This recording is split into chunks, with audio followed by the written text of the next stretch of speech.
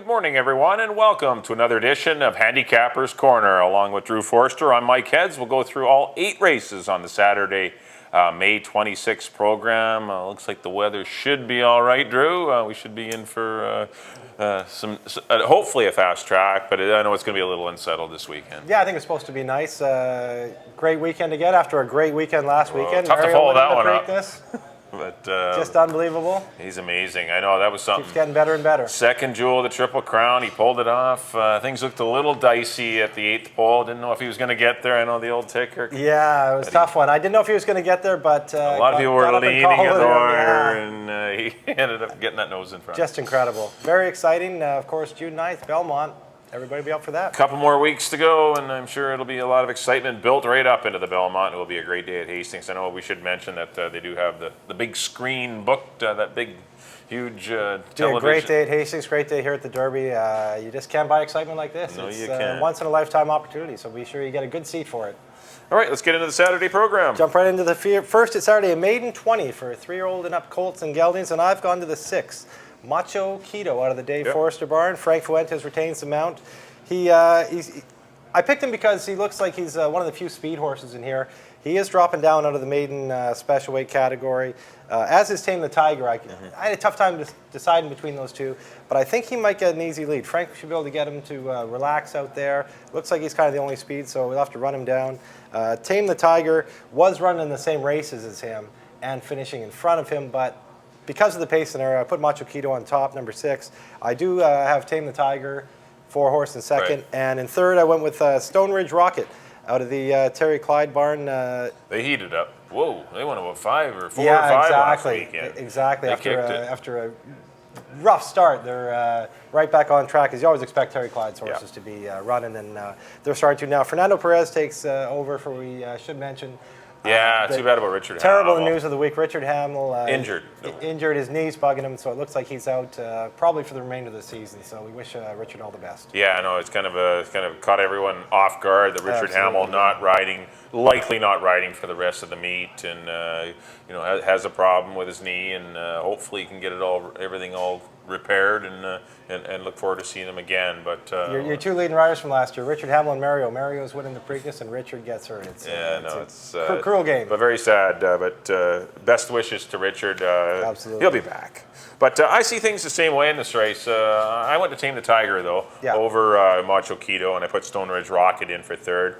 Tame the Tiger, it looks like a horse crying out to go long. Can't really judge him off his lone distance try last year. That was his final start of the year. Something went wrong in that race in mid-June. He was given the rest of the season off. He was campaigning in Golden Gate all spring, and he come out and run good at Golden Gate for less money. Then he came here to Hastings in a maiden optional, and I thought he ran a credible race. Timberon, who I quite fancy. I think he's a pretty nice colt. Yeah. And El Capone, who came back to run reasonably well last weekend. But I just think he's the horse that wants to run long. He's out of that mare. She's quite a gal. A lot of distance in the pedigree. So I'll take Tame the Tiger maybe to defeat Macho Keto, and I put the Stone Ridge Rocket in for third. I went 4, 6, and 3. On to the second race. We do have some 5,000 claimers going 6.5 furlongs. Not an easy race. I had a lot of trouble with this race. I can make a case for most of them. There's not a toss-out in this race. Yeah. You go through all 7 horses. There really isn't a horse that you can say, nope, this horse not today. Absolutely, yeah. And it's just going to be a matter of, now once you have 7 evenly matched horses, now you have to, I try and plot out how the race is going to shape up. Who's going to get the most beneficial trip. And I think the 7-horse Swongs, who broke poorly last time, got squeezed and then rushed up. He ended up 3 and 4 wide on a slow pace, but still finished off well, and he just got beat at the end.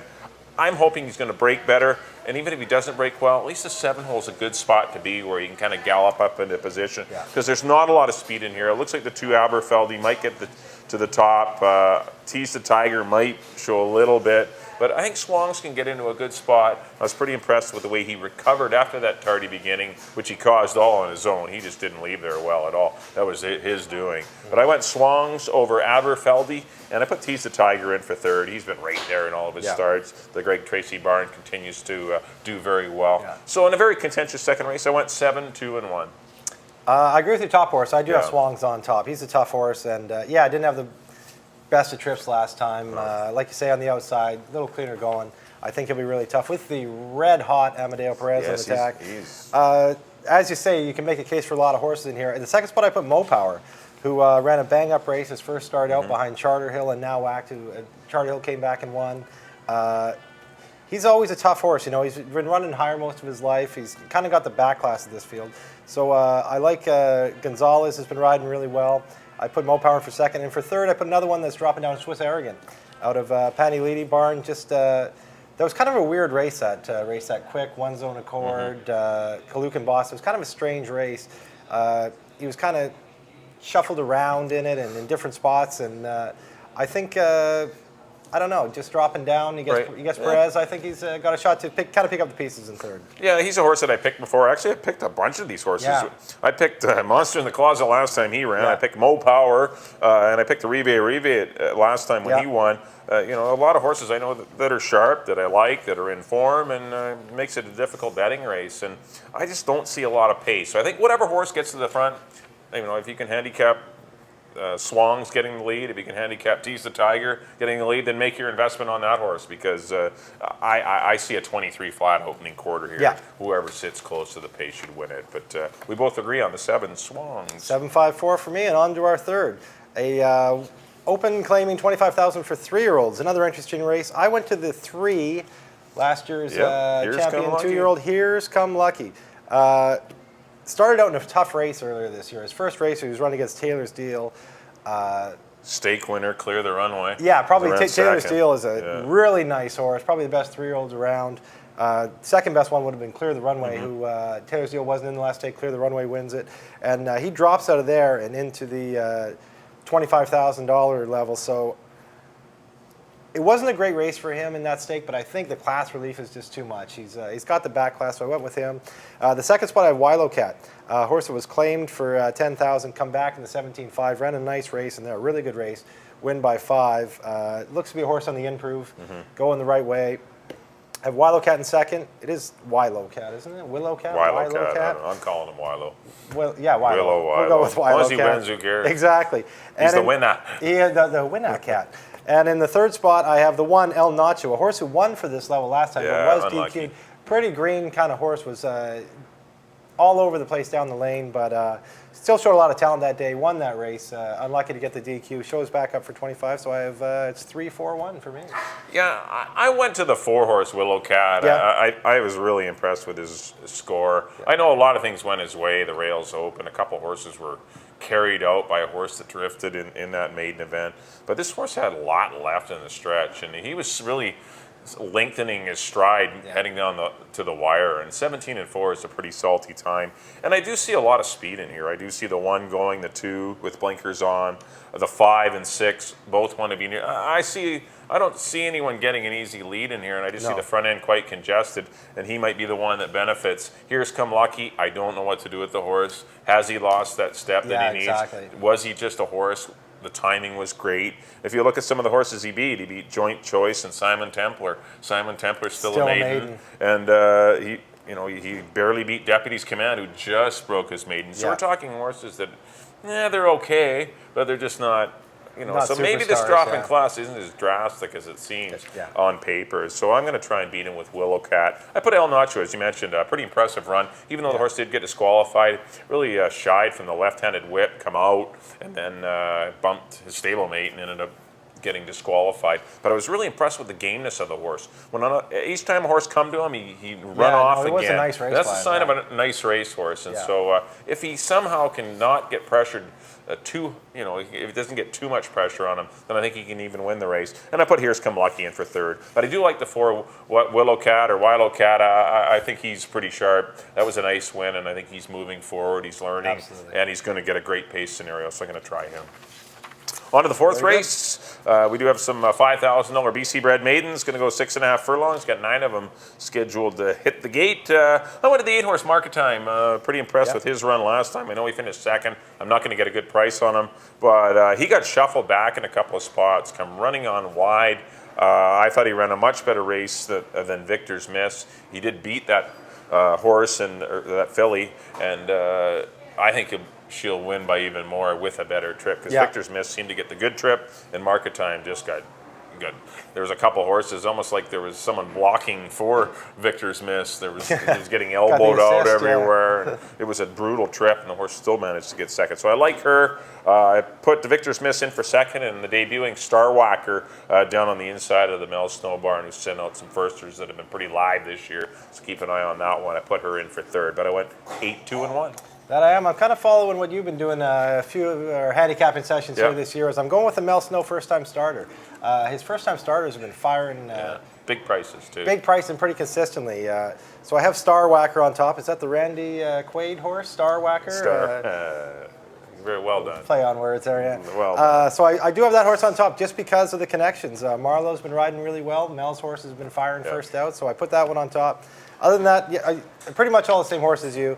I have Victor's Miss, the Gary Sates barn in the second spot. I think maybe can turn the tables on Market Time this time. Alexander Marty's been riding well.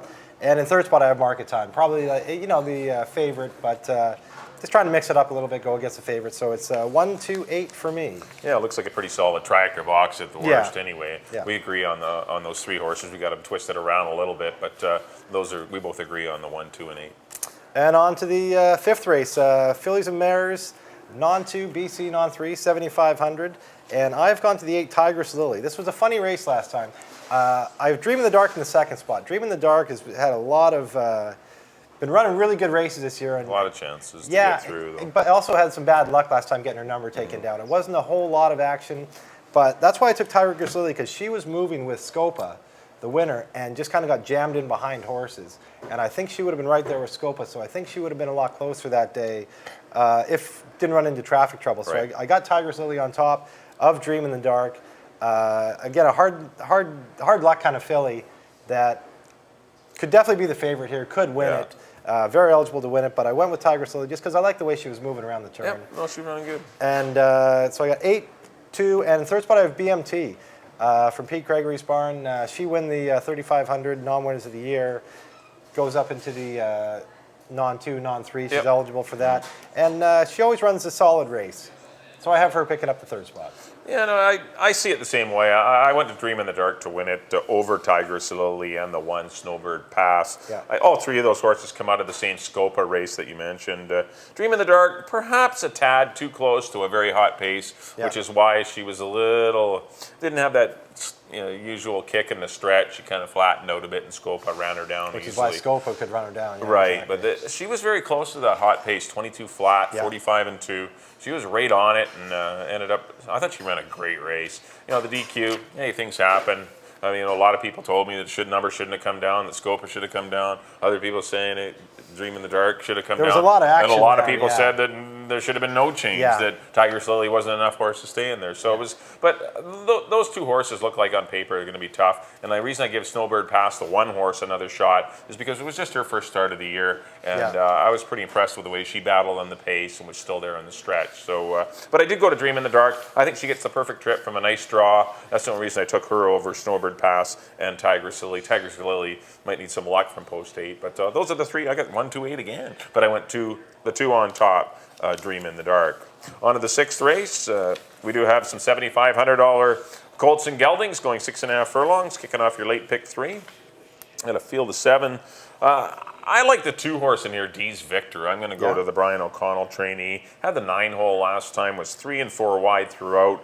Was still there in the stretch against Peace Bear and now this horse just kept battling on. I kept waiting for him to, either 3 and 4 wide on the pace, waiting for him to back up, but he didn't. He just kept grinding and grinding. Yeah. And I thought it was a very good effort. He gets a better draw today down on the inside. Might be able to turn the tables on the 6 Now Act and the 5 Charter Hill, who I have in behind him. But I do like D's Victor to win it. I put Charter Hill and Now Act in behind. I took Now Act. He's the Now horse. Mm-hmm. Two starts this year, a win and a good second to Peace Bear, who's been a really hot horse this year. Mm-hmm. So I did put him on top. I think he's the best horse in the field. I have Charter Hill in second. Another horse, been running very good at Hastings this year. 2 starts.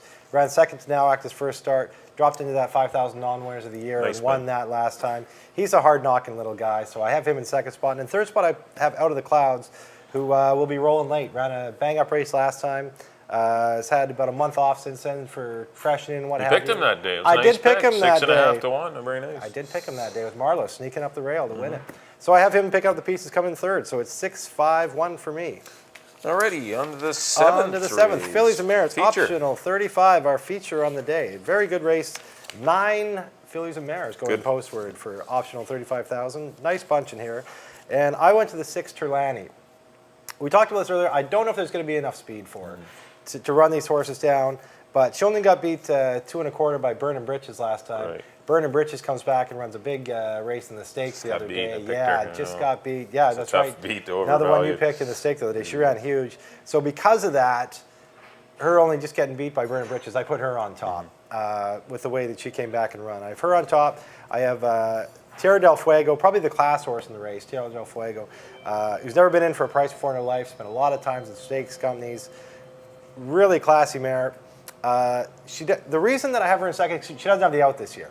That's the one thing. First start of the year, off a year almost. Yeah, exactly. Yeah, so I give the edge to Turlani there, but she's trained really well coming into this, and she's her works are solid. She's got a lot of 5 furlong to 6 furlong work. So I don't know if fitness will be I don't really see it being an issue, but tough maybe to train them to get as much of it as they would. I know you got to run probably in 16 and 4 or 7. Turlani's going to be running, so you got to be sharp and fit, and she's got to still do it first off the bench. Tough to do, yeah, exactly, just off of training. So I have her in second spot, and in third spot I have a horse that's coming in from Phoenix, back in Rosie Addison's barn. Cry, Cry, Cry. Another really hard knock and nice mare. 7 for 20 lifetime. She always shows up. She has been off a while. She hasn't ran since January, but she's fired good, fresh before, so. She likes it here too. She's 6 for 13 at Hastings. Yeah, exactly. She loves she's Hastings. Hard knocker here. Cool, really cool mare. So I got 6, 1, and 3 for me. Yeah, I kind of narrowed it down to the 1, 2, 3, and 6. I mean, those are the 4 horses I like in the race. Tough in here, yeah. That if you had to go 4 deep and a pick 4, pick 3 or something, or do a 4-horse superfecta box or whatever wager you like to do, I think those are the 4 horses. I'm leaning slightly to Tierra del Fuego. I think she's the best mare in the race. I don't see a lot of speed in here, as you mentioned. There's not a lot of speed. Turlani's probably the now horse and probably the best horse and the fittest horse, but will the pace scenario help her out? And I'm betting that it won't, because I'm going to head to Tierra del Fuego. I see perhaps a slow opening quarter. The only other speed is the 2 Notice Her, and they both hail from the same barn, so I don't expect them to be ding-donging into the first turn, but things happen sometimes. But Tierra del Fuego I like. Amadeo Perez has been aboard for a lot of those workouts. She's got 5 5/8s, followed up by a 6 furlong work. She's been waiting to run for quite a while, and she gets a good opportunity here. I put Notice Her in for second. She was pinned down on the inside. She didn't like it at all. She's a filly that needs to be on the outside of horses. Like we've mentioned a few times, certain horses like the inside, certain horses like the outside. This is a horse that doesn't kind of gets shying back, kind of sucks herself out of it when she's on the inside. And she was trapped on the inside in that Burnin' Britches race, and it was which has proven to be a pretty solid little race. Yeah. And I think she's in a better spot.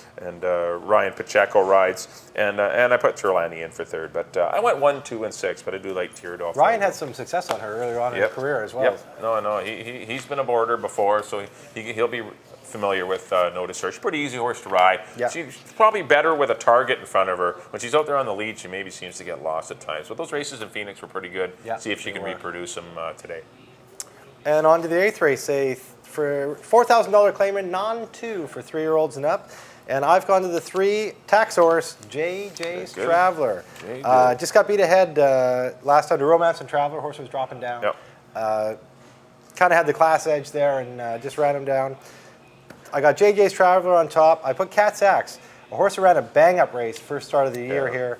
Then tried again the $7,500 level. The race out of the clouds one. It was a bit too. It was a tougher race. It was a way tougher race. It came back that 7,500. Yeah. So now dropping, he fits pretty nicely into this 4,000 non-2 category. I think that fits him like a glove. He attracts Amadeo Perez. So I have him in the second spot. In the third spot, I have He's Busted. Another horse that was in that $7,500 level. Fits snug, I think, into the 4 non-2 level. William Levanaway's having a bang-up meet. Got him in third spot, so it's 3-5-2 for me. Yeah, I had a little bit of trouble with this race. I ended up settling on the 8-horse, Mr. Victorious, out of the Henry Miller Senior barn. I thought the run like started the year off for 17.5, non-2, non-3s. That was a little too tough, especially from the 10 hole. Had a wide trip as well. Came back a couple weeks later, made a premature move into a reasonable pace that Dangerous Pleasure was setting. I thought that was a pretty good race, the Navajo Night, Dangerous Pleasure, Little Brown Guy race. He just got photoed at a third by Little Brown Guy, so I thought it was a better race than it looks like on paper. He continues to descend the claiming ladder. I think he will get a good pace to run at. I see the 2-horse probably going, the 3, probably Cat's Axe, and the 10-horse Advantage to Skip, and as well as WW Wanderer. I just see the front end being congested, and I think Mr. Victorious on the class drop should get a good pace to run at. Hopefully the move is timed better and doesn't run into those quick fractions. And so I like Mr. Victorious, maybe to defeat the 1-horse Under the Hood, who chased the pace out wide against Swongs. Swongs would be 1 to 9 in here, so I don't mind Under the Hood. I actually picked that horse first time out this year against Dictatorship. But I think this horse has more to offer and might be a price. And I put Cat's Axe in for third. But I'm going to take a shot on the 8-horse at a bit of a price, Mr. Victorious. Well, that wraps up our Saturday May the card. 26th picks. And let's get our picks up here. We will get our slates up. We'll quickly recap our selections for the Saturday program. We'll start off with mine. In race number 1, I went to the 4-horse Tame the Tiger, 4, 6, and 3.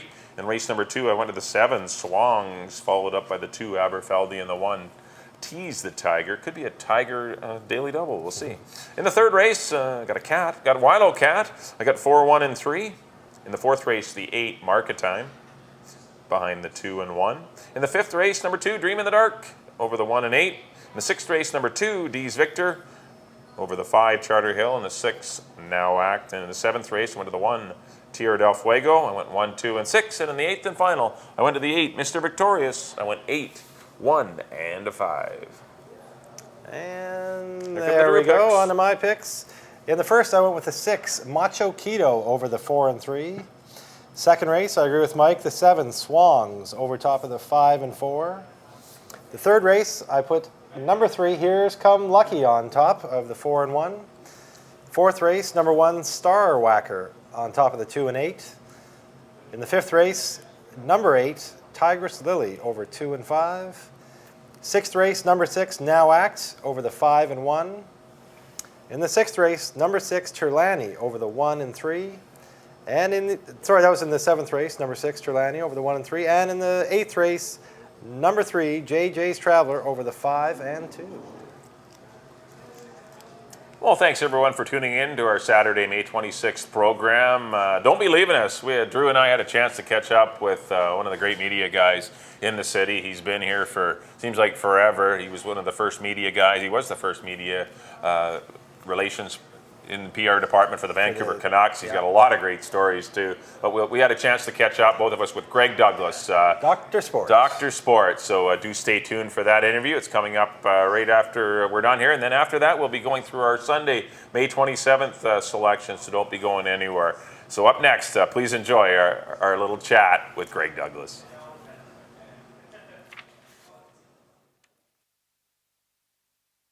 Our special guest on Handicappers Corner today from the Media Relations Department at Hastings, Mr. Greg Douglas. Many of you know him as Dr. Sport, been in the media business for a long time. And Greg, thanks for joining us. Hey, it's a pleasure to be here. And you know what it's all about, of course. We're here to talk about Mario, so Super fire Mario. away. First question I have for you is, you've covered sports in this province for many years. How do you see this story? Because obviously for all of us, it's very exciting for us because we're in the horse racing in business. How do you see it stacking up against other sports? Drew, I can tell you that in the many years that I have covered sports in this province, both in print and audio, television and radio, I have never seen anything like this in my life. I've covered Stanley Cup playoffs. I've covered heavyweight boxing championship bouts. I've covered them all. And there's just... The electricity that this story has created is not just in the village of Vancouver at all. It has hit Canada nationally. In fact, I think the Globe and Mail referred to it the other day as this is Canada's summer showcase, and it is. I mean, we have long forgotten about the Canucks not getting past the first round in playoffs. Yeah. It's between the football season. This is it, and you can tell by the media reaction. It never stops. I mean, you guys know it, and Glenn Todd especially knows it, that it's just every day there's a new request, a new time. They can't get enough of it. They cannot get enough of it. I know Mario's been great throughout all this process too. What I found amazing, Greg, is the response from the media. This is off the rails for them because they're used to covering the Canucks, overanalyzing the Canucks in practice and whatever, and the Whitecaps and the Lions. This is off the rails for a lot of the media, the radio and the scribes as well, covering horse racing, and they're excited about it. You can tell. I can tell you this, that there was a little battle going on in both the Vancouver Sun and Vancouver Province sports departments over who was going to come out and cover the Preakness. Ed Willis, who doesn't, I haven't seen him at the track in my life. He came out there and spent the entire day. Everybody was so good to him. Like if he had a naive question to ask, he'd be a little embarrassed. But no, the racing people aren't like that. And I mean, Ed came out with a brilliant column, and then he followed it up 2 days later with more. And now he's fighting his editors to get to Belmont. So I mean, yeah, it's taken the media by storm. Our friends at Team 1040. I mean, you can't turn that dial on and you don't hear Moj or BMAC or Sekeres talking about it. Yeah. Sure, as a matter of that's and Mayonek did 1 hour of his show just on racing alone. So that's the effect it's had. It's absolutely great. What do you how do you see this shaping up for Hastings? Obviously, Belmont Day's going to be probably our biggest day ever, perhaps. No question. At Hastings. Drew, they'll probably, in fact, we have, as Mike knows, we have ops meetings, operations meetings, and marketing meetings, and managers meetings. We got meetings. Yeah. And they are just going crazy right now, trying to figure out, the last thing we want to do, because it's happened, is be caught short-staffed. We have added extra food and beverage people. We've added mutual people, more and more.